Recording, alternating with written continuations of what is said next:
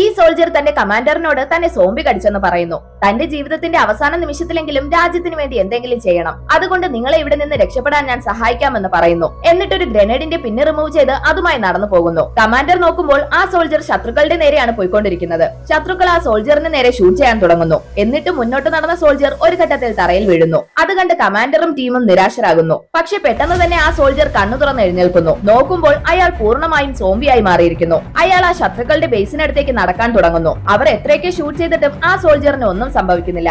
അയാൾ മുന്നോട്ട് തന്നെ നടക്കുന്നു. അയാളെ ഹെൽപ്പ് ചെയ്യുന്നതിനായി ടീമിലുള്ളവർ ശത്രുക്കളെ തിരിച്ച് ഷൂട്ട് ചെയ്യുന്നു. അങ്ങനെ ആ സോൾജർ അവരുടെ ബേസിന്റെ ഗേറ്റിനടുത്ത് എത്തുന്നു. പക്ഷെ പെട്ടെന്നൊരാൾ ആ സോൾജറിന്റെ തലയിൽ ഷൂട്ട് ചെയ്യുന്നു. അയാൾ മരിച്ചു വീഴുന്നു. അയാളുടെ കയ്യിലിരുന്ന ഗ്രനേഡ് തറയിൽ വീഴുന്നു. ആ ഗ്രനേഡ് പൊട്ടി ആ ഗേറ്റിനടുത്തുണ്ടായിരുന്ന എല്ലാവരും മരിക്കുന്നു. ആ സോൾജറിന്റെ ത്യാഗമോർത്ത് അയാളുടെ ടീം മെമ്പേഴ്സ് അഭിമാനിക്കുന്നു. അതിനുശേഷം ടീമിലെ എല്ലാവരും ബേസിനടുത്തേക്ക് വരുന്നു. ബേസിനകത്തേക്ക് കയറിയ കമാൻഡർ തിരിഞ്ഞു നോക്കുന്നു. പിന്നിലുള്ള കാഴ്ച കണ്ട് അവർ ഷോക്കാവുന്നു. കാരണം ആയിരക്കണക്കിന് സോംബീസ് ആ ബേസ് ലക്ഷ്യമാക്കി വന്നുകൊണ്ടിരിക്കുന്നു.